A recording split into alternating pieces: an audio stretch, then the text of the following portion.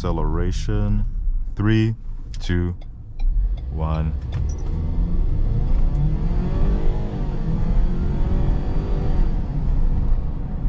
Okay, all good. So we're gonna do that for you real quick. We're gonna quickly accelerate to 60 kilometers an hour, hit sets, and our cruise control is on. It's adaptive, by the way. Lane keep assist is helping us out as well. And the more I look at this car, let's say I'm driving on a long road trip and I'm talking to myself, such as a moment like this.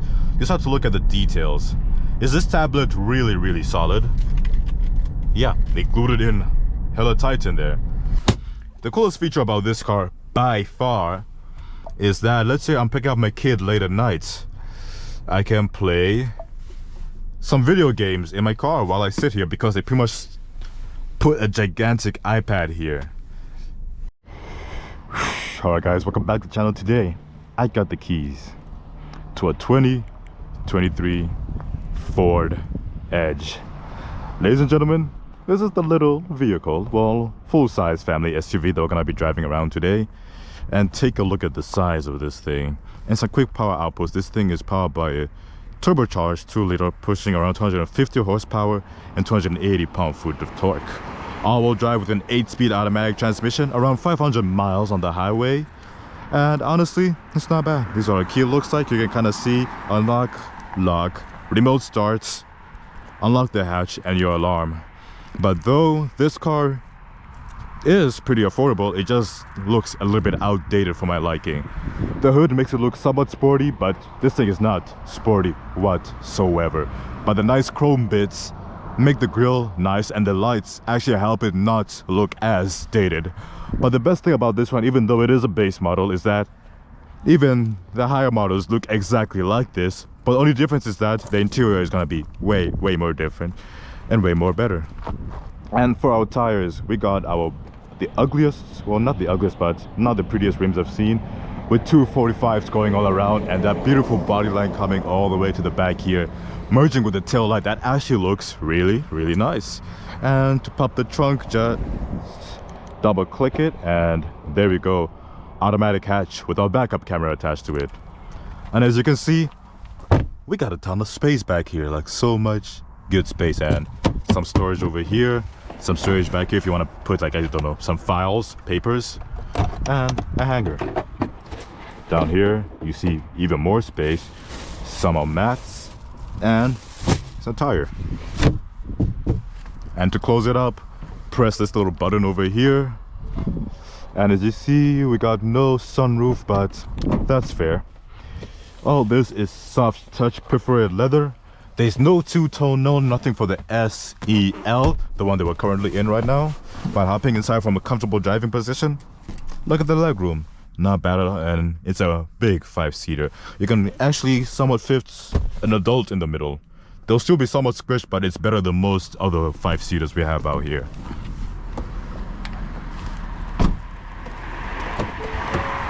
Hopping inside, front seat.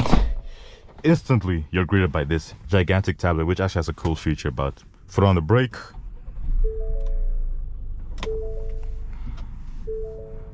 you see a wide array of buttons, and all these buttons control these little 2 screens back here. So we have a little bit of digital, a little bit of analog. So we're gonna put on navigation, and on this one we're gonna change it to, let us, there, we're gonna change it to, we're in our settings, we're gonna go to trip 1 and show you our gas mileage there. Fully customizable. If you want to have a sport mode, that's your sport mode down here with this little button. That is, as much as I love Ford, I'm just slightly annoyed that this same prindle is gonna be the same one that's gonna be in their Shelbys.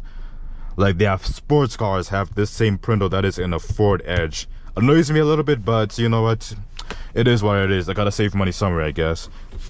Only thing I don't like about this armrest is that it's a little bit shaky, but other than that, not bad. This amount of space going all the way pretty deep. It goes way past, actually no, it's all the way up to my elbow. So my elbow is here, all the way down here.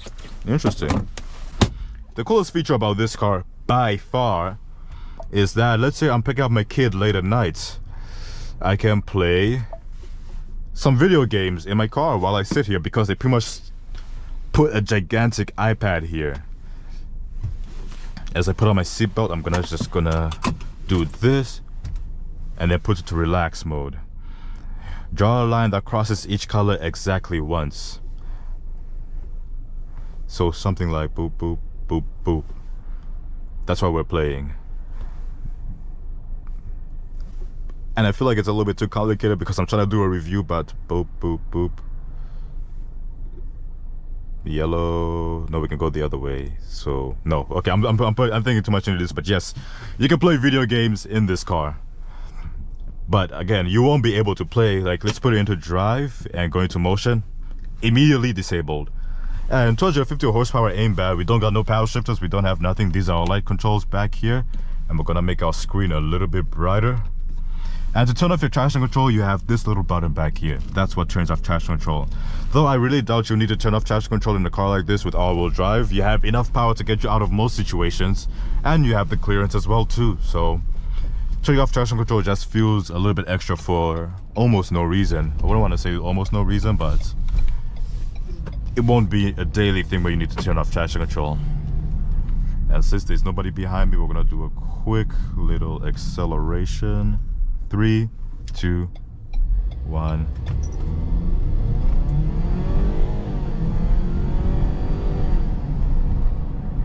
Okay. Not bad. Actually decently quick. Gets up to speed relatively quick. And again, all-wheel drive with all that horsepower, well, not all that horsepower, with a decent amount of horsepower, you get up and going very, very quickly. The suspension is smooth, and since we're not on the highway, I can't really tell you the sound or the insulation quality check, because again, we're just going literally 20 kilometers an hour. Every car is going to sound very, very insulated at 20 kilometers an hour because we're barely moving at all. But overall, it is still a very, very good car. It's more for that family who has a kid, like maybe 2 kids in the back, 2 parents in the front, and all their stuff in the back. And maybe those kids are still somewhat young because they don't have a lot of equipment. Or maybe they're just into arts instead of sports like hockey or soccer, so they don't need as much space.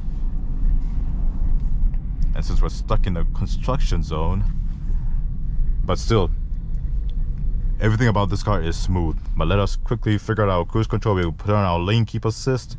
We'll put our radar to the max. And cruise control is very simple. Just get it ready. It is now currently on, pressing this button.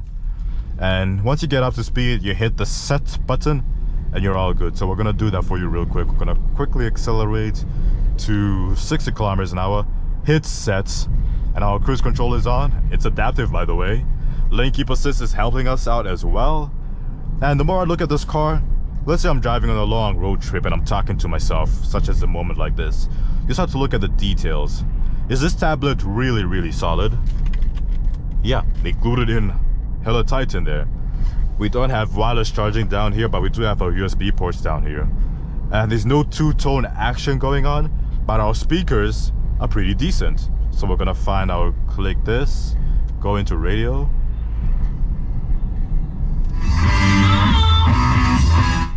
Yep, decent enough radio, but let's say I want to change my AC or change my temperatures. We don't see any climate controls down here except for max front window. So you hit this, these are all your climate controls. And yes, we do have dual action going on over here.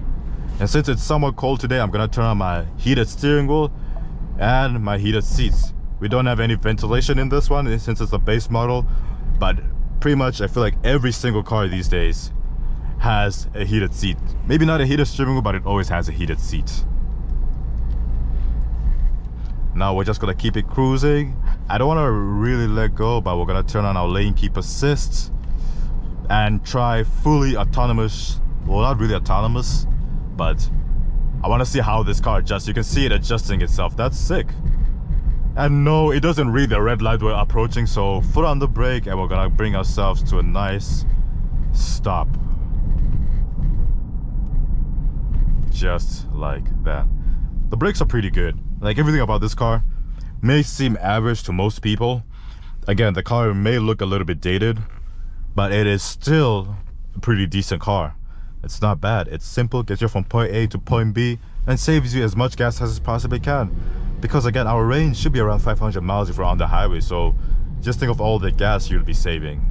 Because currently we're using 10.5, and that was with the acceleration and everything, but we're gonna turn our cruise control back on, back at 60, and we're just gonna go downhill. But anyway guys, it's a very simple car, nothing crazy. Speakers are good, everything about it is good. It's not, doesn't induce excitement, it doesn't induce anything crazy, but it gets the job done. And for most people, that is all we need. We don't need anything fancy in our lives. We just need the simple basics to get us from point A to point B, and to potentially save us some money too. That's literally all we need. But anyway guys, this has been Morty in the 2023 Ford Edge SEL, the base model. Take care guys, and peace.